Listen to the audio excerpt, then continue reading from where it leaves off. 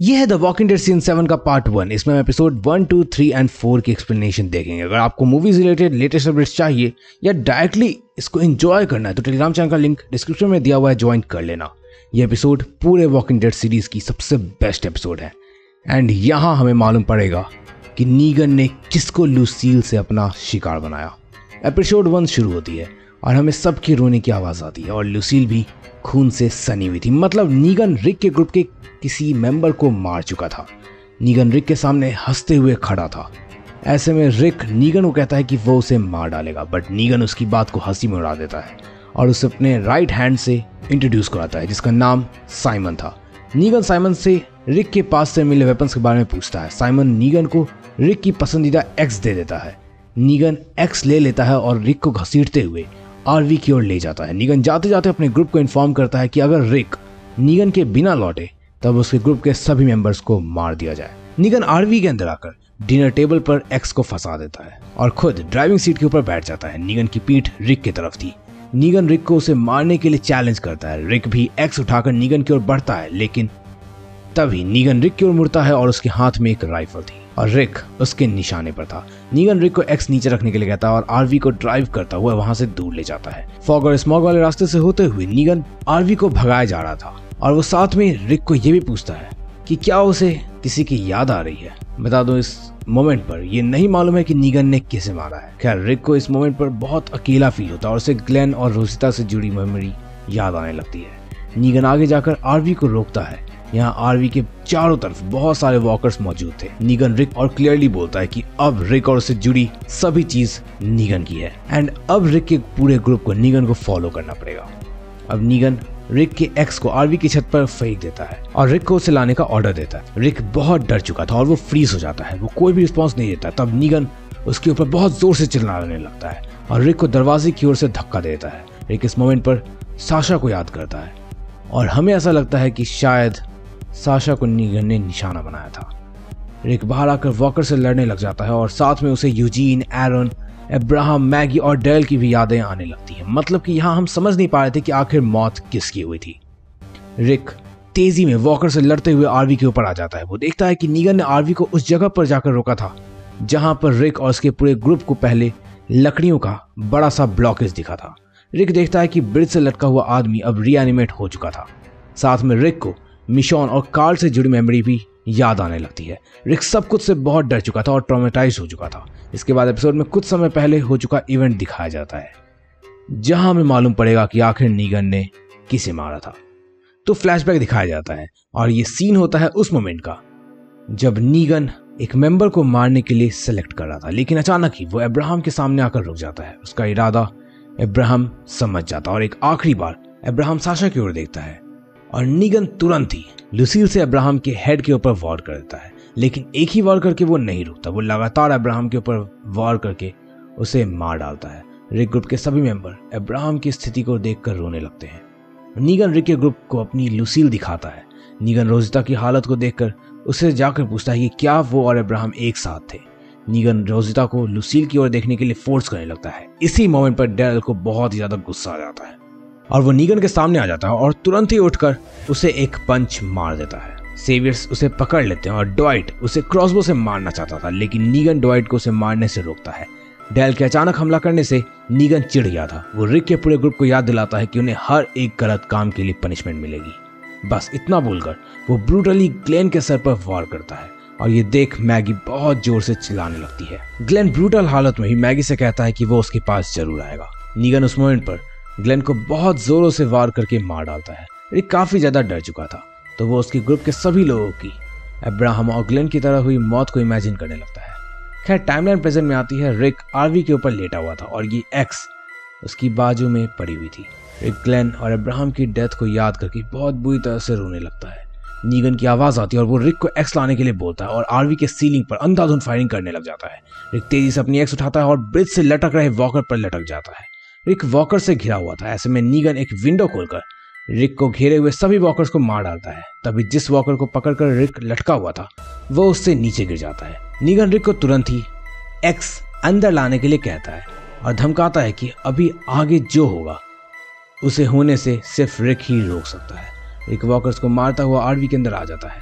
रिक के अंदर आते ही नीगन आरवी को स्टार्ट करके वही अपनी पुरानी जगह पर ले जाता है। नीगन अब एक्स को उठाता है और उसके ब्लेड को साफ करके रिक को पकड़ा देता है, लेकिन वो रिक को कहता है कि अब रिक और उसके ग्रुप की जिंदगी नीगन के कंट्रोल में रहेगी। नीगन आरवी के दरवाजे को खोलकर उसे घसीटते हुए उसे बाकी मेंबर्स के पास लेकर आता है। नीगन रिक को क्लियर करता है कि इस ड्राइव पर उसे ले जाने का मकसद सिर्फ रिक की नज़रों में उसको बदलना था। नीगन देखता है कि रिक अब भी नीगन से भी नहीं डरा हुआ है और वो उसे वैसे ही देख रहा था जैसे पहले देख रहा है। नीगन ऐसे में रिक के ग्रुप के सभी मेंबर्स को गन पॉइंट पर ले लेता है और कार्ल को अपने पास बुलाता है। नीगन कार्ल के हाथ पैर बांधकर उसके हाथ पर निशान लगाता है और रिक को उसे वहां से काटने के लिए कहता है। नीगन कहता है कि रिक अगर ऐसा नहीं करेगा तो वो ग्रुप के सभी मेंबर्स को मार डालेगा। कार्ल ऐसे में रिक को अपनी बाह काटने को कह देता है और बस कोई रास्ता ना देखकर रिक कार्ल का हाथ काटने ही वाला था कि नीगन उसे रोक देता है। इस वक्त पर रिक पूरी तरह से टूट चुका था। रिक नीगन के सामने सिर झुकाकर खड़ा हो चुका था। नीगन डैरेल को अपने साथ ले जाता है और बताता है कि एक हफ्ते में वो अलेक्जेंड्रिया सप्लाईज कलेक्ट करने के लिए वापस आएगा, जिसके लिए वो एक ट्रक वहीं छोड़ देता है। नीगन के साथ सभी सेवियर्स चल जाते हैं और जाते जाते एक सेवियर ग्लेन की बॉडी की फोटोग्राफ ले लेता है। उन लोगों के जाने के बाद मैगी ग्लेन की बॉडी के पास आकर रोने लगती है और पूरे ग्रुप को अलेक्जेंड्रिया जाकर वापस से लड़ाई करने की तैयारी करने को कहती है। साथ ही वो बताती है कि वो हिल टॉप अकेले ही जाएगी। सासा उसके साथ चलने को तैयार थी। रिक मैगी को लड़ाई करने से मना करता है और बताता है कि नीगन की आर्मी बहुत ही ज्यादा बड़ी है, जिससे रिक और हिल टॉप की पूरी टीम मिलकर भी नहीं जीत सकते। ऐसे में मैगी कार्ल के गले लगकर रोने लग जाती है। ग्लेन और अब्राहम दोनों की बॉडी को साशा और मैगी हिल टॉप ले जाने लगती है। रिक का ग्रुप टूट चुका था और ऐसे में उसे नीगन की एक बात याद आती है कि क्या वो अच्छे दिन की कल्पना कर रहा है। दरअसल रिक हमेशा से ऐसा सोचता था कि एक वक्त आएगा जब सब लोग हैप्पीली और फ्रीली रहेंगे, लेकिन अब उसका ये सपना टूट चुका था और बस रिक आरवी में बैठकर निकल पड़ता है और ये एपिसोड यहीं एंड हो जाती है। नेक्स्ट एपिसोड में कैरल एक हॉर्स कार्ट में लेटी दिखती है। उसे होश आता है, लेकिन वो अपने चारों ओर देखकर दोबारा से बेहोश हो जाती है। इट फेल्ट लाइक कि कैरल को अब जिंदगी से मतलब नहीं है। कुछ देर बाद फिर उसकी आंख खुलती है और वो मॉर्गन और कुछ आदमियों को वॉकर से लड़ते हुए देखती है। कैरल अभी हेलुसिनेट करते हुए वॉकर्स को लिविंग जैसा देख रही थी। इसके बाद कैरल वहां से भागकर एक कॉटेज के सामने पहुंचती है। कैरल को रूम में एक लेडी नजर आती है, लेकिन जब कैरल फिर से अच्छी तरह से होश में आ जाती है तो उसे रियलाइज होता है कि वो लेडी एक वॉकर है। बहुत से लोग घोड़ों से वॉकर्स को मारते हुए कैरल की तरफ आते हैं, जिससे मॉर्गन और कैरल उन लोगों के ग्रुप को ज्वाइन कर लेते हैं। सीन चेंज होता है और कैरल की नींद खुलती है। मॉर्गन उसे बताता है कि वो पिछले 2 दिनों से बेहोश थी। मॉर्गन कैरल को एक व्हीलचेयर पर बैठाता है और उसे बताता है कि वो एक कम्युनिटी में है जिसे द किंगडम बुलाया जाता है। यह कम्युनिटी बहुत अच्छी दिखाई दे रही थी। मॉर्गन कैरल को बताता है कि उसे ठीक होने में अभी 1 हफ्ते का समय और लगेगा और इसके बाद वो अलेक्जेंड्रिया जा सकते हैं। मॉर्गन कैरल को बताता है कि इस किंगडम का एक राजा है जिसका नाम एजेकिल है। मॉर्गन उसी वक्त कैरल को एक ऑडिटोरियम में ले जाता है। कैरल सामने थ्रोन पर बैठे हुए किंग एजेकिल को देखती है और उसके पास उसका टाइगर शिवा चेन से बंधा हुआ था। एजेकिल कैरल को अपना किंगडम में वेलकम करता है और उसे अपना इंट्रोडक्शन देता है। कैरल एजेकिल के सामने अच्छे होने का दिखावा करती है और उससे बहुत अच्छे तरीके से बात करती है। एजेकिल कैरल को फ्रूट्स ऑफर करता है, बट कैरल पोलाइटली उसे मना कर देती है। मॉर्गन और कैरल उस ऑडिटोरियम से निकलने लगते हैं। तब कैरल मॉर्गन को क्लियर करते हैं कि वो इस किंगडम में ज्यादा दिन तक। कैरल मॉर्गन को बताती है कि उसे एजेकिल एक एक्टर और ये किंगडम एक सर्कस जैसा लगा। मॉर्गन इस बात को कोई भी जवाब नहीं देता। अगले सीन में एजेकिल मॉर्गन को और अपनी एक टीम लेकर 2 ट्रक के साथ द किंगडम से बाहर निकलता है। एजेकिल का ग्रुप पास के एक टाउन से बहुत सारे पिग्स को पकड़ के उन्हें एक बड़ी सी बिल्डिंग के अंदर बंद कर देता है, जहां पहले से बहुत सारे वॉकर्स मौजूद थे। पिग्स इन वॉकर्स की बॉडी को खाकर अपना पेट भरते हैं। मॉर्गन ये सब कुछ होता हुआ चुपचाप देख रहा था। थोड़ी देर बाद वो एजेकिल से इन सब की वजह पूछता है। तभी एजेकिल उसे क्लियर करता है कि वो चाहता है कि पिग्स का पूरी तरह से पेट भरा हुआ रहे। इसी बीच कुछ वॉकर्स एजेकिल के ग्रुप के पास पहुंच जाते हैं। रिचर्ड उन्हीं लोगों के ग्रुप में मौजूद एक लड़के बेंजामिन को उस वॉकर से लड़ने के लिए कहता है, लेकिन लड़ाई के बावजूद वो उसे मार नहीं पाता। तब एजेकिल उस वॉकर को मार डालता है। एजेकिल मॉर्गन से पिग की हंटिंग को सीक्रेट रखने के लिए कहता है। किंगडम में वापस आने के बाद एजेकिल मॉर्गन की फाइटिंग स्किल की बहुत तारीफ करता है और उसे बेंजामिन को सिखाने को बोलता है। मॉर्गन भी इसके लिए तैयार हो जाता है। मॉर्गन बेंजामिन को ट्रेन करता है। वो देखता है कि बेंजामिन बहुत ज्यादा फास्ट था, तो वो उसे थोड़ा स्लो भी होने को कहता है। इधर कैरल अकेले ही व्हीलचेयर पर पूरे किंगडम का चक्कर लगा रही होती है। वो चुपचाप किंगडम की टेबल पर रखा एक चाकू उठा लेती है। कैरल किंगडम के ही एक आदमी को डिस्ट्रैक्ट करके वहां से कुछ कपड़े भी उठा लेती है। एजेकिल मॉर्गन और बेंजामिन को प्रैक्टिस करता देख बहुत ज्यादा खुश होता है। एज़ेकियल वहां आकर दोनों को अपने साथ चलने के लिए कहता है। रिचर्ड मॉर्गन को अपने साथ गन कैरी करने के लिए कहता है। एज़ेकियल मॉर्गन को अपनी टीम के साथ एक पार्किंग लॉट में पहुंच जाता है। वहां मौजूद एक ट्रक में एज़ेकियल ने पिग्स की बॉडी को रखा हुआ था। तभी वहां पर सीवियर्स का एक ग्रुप पहुंचता है, जिनका लीडर गेविन उन पिग्स की बॉडी को देख बहुत खुश होता है। वो एज़ेकियल को कहता है कि इस बार के पिग्स पिछले बार से ज्यादा बड़े हैं। इसके बाद जब इन पिग्स को सेवियर्स ट्रक में लोड कर रहे होते तभी एक सेवियर से रिचर्ड की लड़ाई हो जाती है। एज़ेकियल के ग्रुप के सभी लोग गन लेकर सेवियर से लड़ने के लिए तैयार थे। एज़ेकियल ये देखकर उन्हें अपने वेपन्स डाउन करने के लिए कहता है और गेविन भी दोनों को रोकता है। गेविन जाते जाते एज़ेकियल को याद दिलाता है कि अगले हफ्ते उन लोगों को इससे भी बड़ी सप्लाई की जरूरत पड़ेगी, तो वो उसे तैयार रखे। अगला सीन किंगडम के कैफेटेरिया का था, जहां मॉर्गन बेंजामिन के साथ बैठा हुआ था। बेंजामिन मॉर्गन को बताता है कि उसके पापा एज़ेकियल के साथ अच्छे दोस्त थे और वो वॉकर से लड़ाई करते हुए मारे गए। बेंजामिन मॉर्गन को किंगडम के लोगों की सेवियर से हुई डील का सीक्रेट रखने का कारण पूछता है। वो बोलता है कि Ezekiel wants to keep this kingdom out of this filthy fight with saviours, और बस इसीलिए वो इस डील को सीक्रेट रखे हुए हैं। बेंजामिन ने मॉर्गन से the art to peace book ली थी। ये वही बुक थी जो मॉर्गन को उसके फाइटिंग गुरु ने दी थी। बेंजामिन ये बुक अब पढ़ चुका था, तो वो मॉर्गन से पूछता है कि क्या मॉर्गन भी किलिंग के फेवर में नहीं है। तो इस पर मॉर्गन बोलता है कि ऐसा नहीं है, क्या सही है ये मैं तुम्हें बता सकता हूँ, बट वो रास्ता तुम्हें ही तलाशना होगा। एंड सिचुएशंस हमारे माइंडसेट को बदल देती है। इसके बाद मॉर्गन वहां से चला जाता है। नेक्स्ट जब वो खाना लेकर कैरल के कमरे में आता है तब उसे कैरल वहां पे नहीं मिलती। कैरल किंगडम को छोड़ने की पूरी तैयारी कर चुकी थी। वो फ्रूट्स लेने के लिए गार्डन के अंदर जाती है, तभी उसका सामना एज़ेकियल से होता है।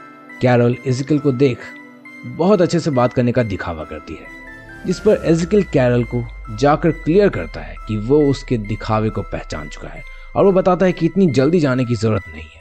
वो अपने गार्ड को वहां से जाने को कहता है और कैरल के साथ थोड़े वक्त अकेले में बिताता है। वो इस वक्त पर कैरल को अपना दिखावापन दूर करने को कहता है। इसके बाद कैरल एज़ेकियल की बात को सुनकर अपने असली रूप में आती है और उसे बहुत बड़ा जोक कहकर बुलाती है। एज़ेकियल ऐसे में कैरल को डिटेल में अपने बारे में बताता है। वो बोलता है कि ओरिजिनली एज़ेकियल एक जू कीपर था और शिवा उसी जू की एक मेंबर थी। पोस्ट एपोकलिप्स में वो अपनी फैमिली को खो चुका था और वो शिवा को लेकर इस प्लेस में आ गया था। वो आगे बताता है कि स्लोली बट ग्रेजुअली बहुत से लोगों ने उसे ज्वाइन कर लिया। इवेंचुअली उन लोगों को एक लीडर चाहिए था और एज़ेकियल उन लोगों के लिए एक परफेक्ट लीडर लगा। बस क्योंकि बहुत सारे थिएटर्स में उसने राजा का रोल ऑलरेडी प्ले किया हुआ था, तो उसने वही रोल को किंगडम में भी प्ले करना शुरू कर दिया और यहाँ वो एक राजा बन गया। कैरल एज़ेकियल से बात करने के बाद भी किंगडम को छोड़ देती है। अगले दिन कैरल उसी कॉटेज के अंदर पहुंचती है और वहां मौजूद लेडी वॉकर को दफना देती है। कैरल फायर प्लेस में जाकर आग लगा देती है। तभी उसे डोर पर नॉक की आवाज सुनाई देती है। कैरल तुरंत ही जाकर दरवाजा खोलती है और वहां एज़ेकियल शिवा के साथ खड़ा नजर आता है। कैरल एज़ेकियल को देखकर मुस्कुरा देती है और ये एपिसोड यहीं एंड हो जाती है। नेक्स्ट एपिसोड की शुरुआत में सीवियर्स का कंपाउंड दिखता है। ड्वाइट टीवी देखते हुए एयर हॉकी खेल रहा था और वहीं पर उसकी बनाई हुई फिगरिन रखी हुई थी। ड्वाइट मार्केट जाकर रेड लाइट को क्रॉस करके आगे जाकर ब्रेड लॉफ को ले लेता है। वो रास्ते में कुछ वर्कर्स को लाल बाल वाले आदमी को मारते हुए देखता है। ड्वाइट तुरंत ही उस लाल बाल वाले आदमी के घर जाता है और वहां से कुछ पिकल्स कलेक्ट कर लेता है। वो वहीं के वेजिटेबल गार्डन से कुछ और चीजें कलेक्ट करता है और कुछ देर में जब नीगन वहां से गुजरता है तो ड्वाइट के साथ सभी वर्कर्स नील डाउन हो जाते हैं। सभी कलेक्टेड चीजों को डालकर ड्वाइट एक फुल्ली फिल्ड सैंडविच तैयार करता है और बाहर आकर सामने पड़े वॉकर्स को देखते हुए खाता है। वहीं डॉग फूड यूज करके वो एक और सैंडविच तैयार करता है और डैरल की सेल में जाकर उसे खाने के लिए दे देता है। डैरल एक सेल में बंद था और पूरी तरह से नेकेड था। वो तुरंत ही वो सैंडविच को खा लेता है। सैंडविच खाने के बाद डैरल जमीन पर लेट जाता है, लेकिन तभी बहुत जोर से उसे म्यूजिक की आवाज सुनाई देती है।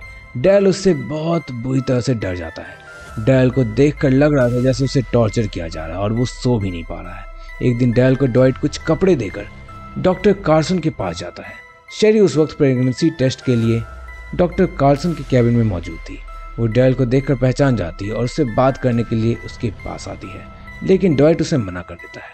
शेरी ड्वाइट को बताती है कि उसका प्रेगनेंसी टेस्ट निगेटिव आया।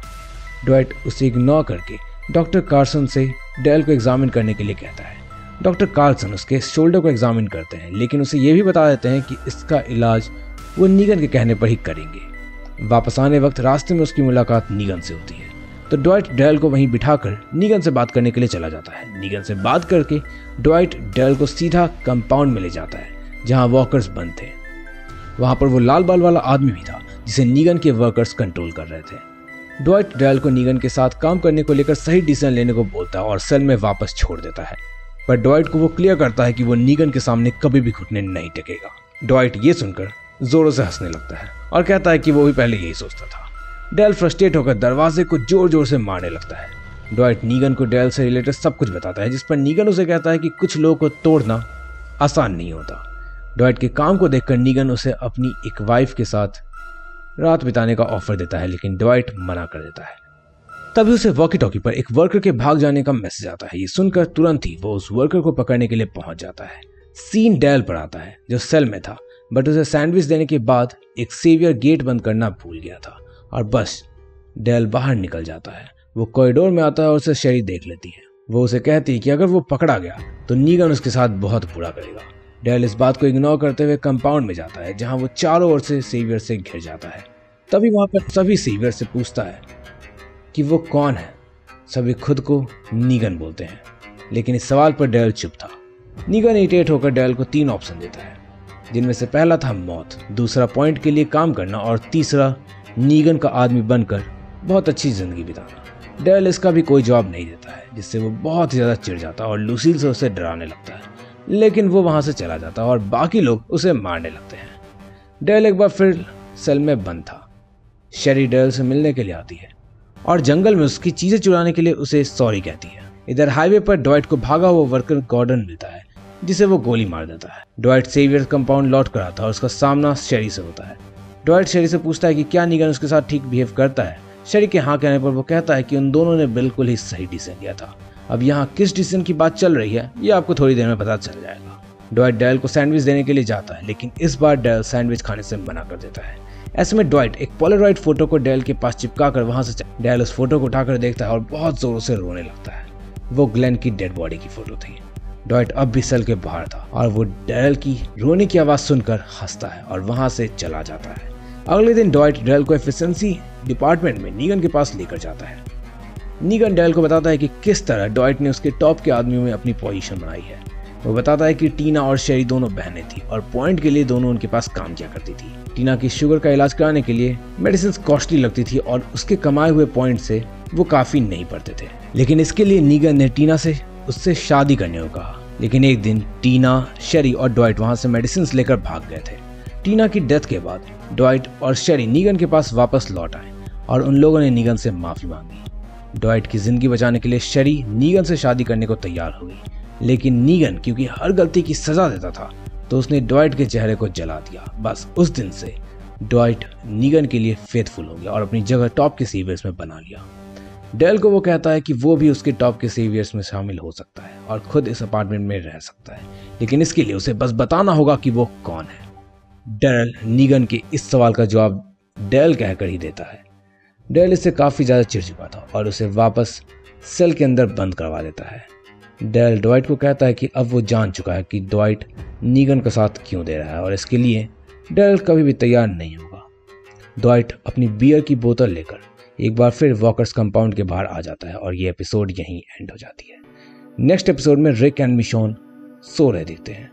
मिशॉन एकाएक उठती है और अपनी राइफल निकालकर घर के बाहर निकल जाती है। रिक उसे चुपचाप जाते हुए देखता है। मिशॉन वहां से फील्ड में जाती है और एक पुरानी गाड़ी के ऊपर बैठकर चारों ओर देखने लगती है।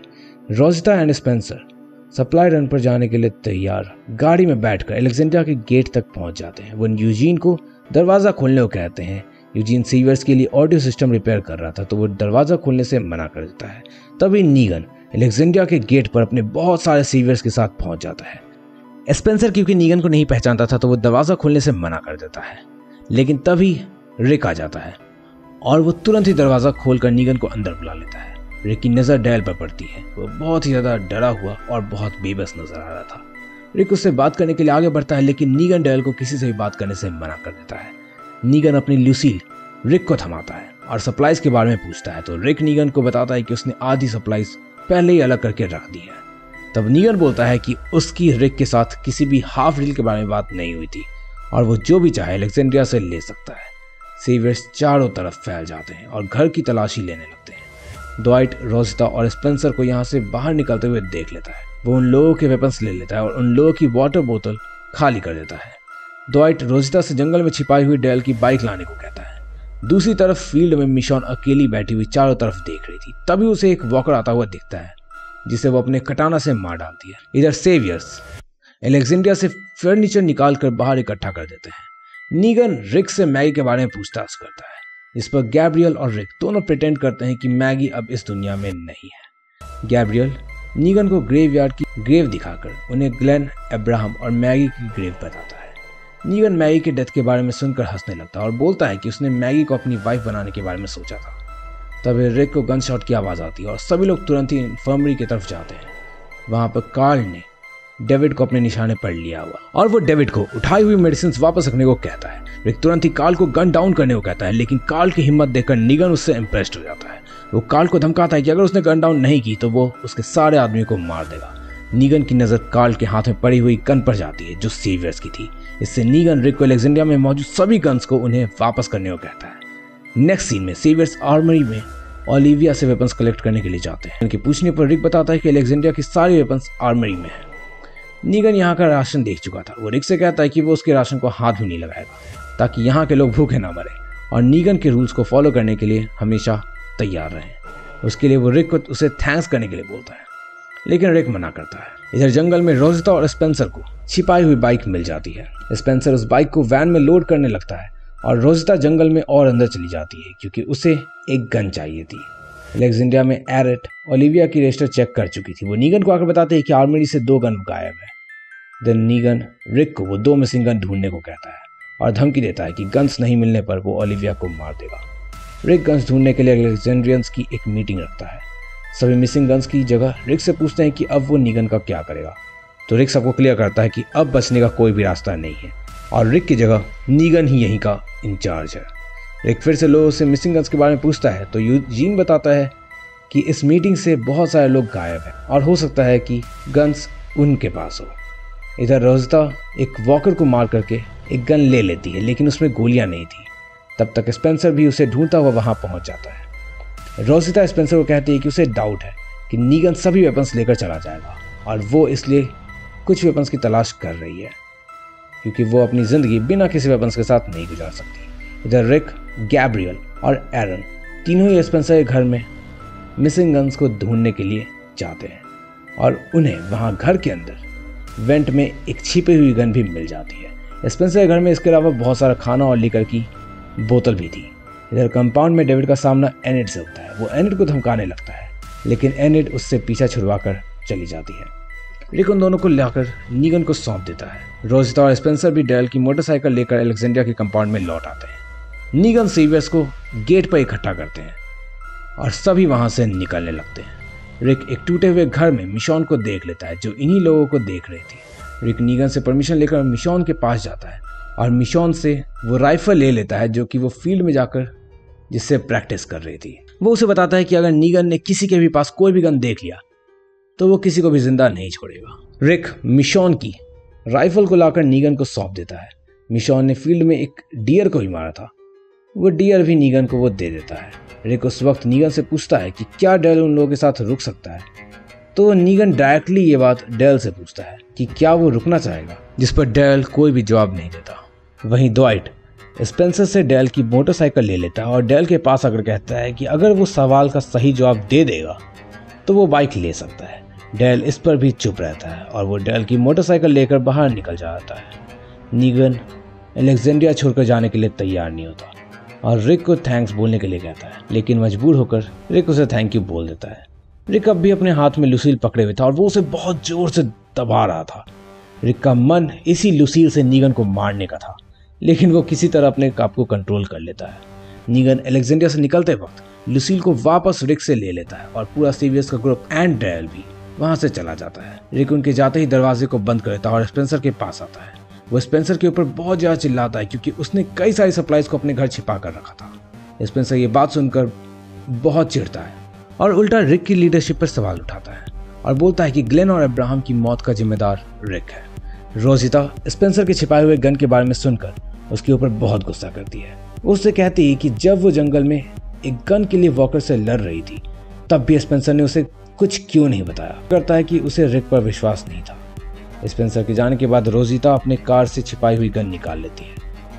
रिक अपने बेडरूम में ब्लैंकेट्स को बिछा रहा था। सेवियर सभी फर्नीचर और मैट्रेस लेकर चले गए थे। मिशॉन भी वहां आती है और बोलती है कि हमें नीगन से फाइट करनी होगी ताकि हम सब जीत सके। इस पर रिक बोलता है कि नहीं, नीगन के पास हमसे कहीं ज्यादा नंबर्स हैं, इसलिए अभी उनका सामना हम नहीं कर सकते हैं। अगर हिलटॉप और अलेक्जेंड्रिया मिल भी जाए तो भी वो सेवियर से नंबर में कम ही होंगे। रिक मिशॉन को बोलता है कि हमें एडजस्टमेंट्स करने होंगे और फिलहाल इसी तरह की जिंदगी जीनी पड़ेगी। रिक आगे मिशॉन को बोलता है कि उसे पता है कि जुडिथ उसकी बेटी नहीं है बल्कि शेन और लोरी की है, लेकिन जुडिथ को प्रोटेक्ट करने के लिए उसे ये बात एक्सेप्ट करनी पड़ेगी क्योंकि वो उससे बहुत प्यार करता है। ऐसे ही हमें फिलहाल इस सिचुएशन को एक्सेप्ट करना होगा। मिशॉन एक बार फिर से अलेक्जेंड्रिया से निकलकर उसी फील्ड में गाड़ी के ऊपर चढ़कर बैठ जाती है। मिशॉन को ओर से धुआं उठ रहा दिखता है। वो धुएं वाली जगह पर पहुंचती है और देखती है कि सेवियर्स ने जो भी मैट्रेसेस अलेक्जेंड्रिया से लिए थे वो उन्हें जला दिया है। ये सब देखकर उसे बहुत गुस्सा आता है। रोजिता को अलेक्जेंड्रिया में बुलेट का एक खाली केस मिलता है। वो उस खाली केस को लेकर यूजीन को देती है और उसे इसी तरह से बुलेट्स बनाने को कहती है और ये एपिसोड यहीं एंड हो जाती है। बाय।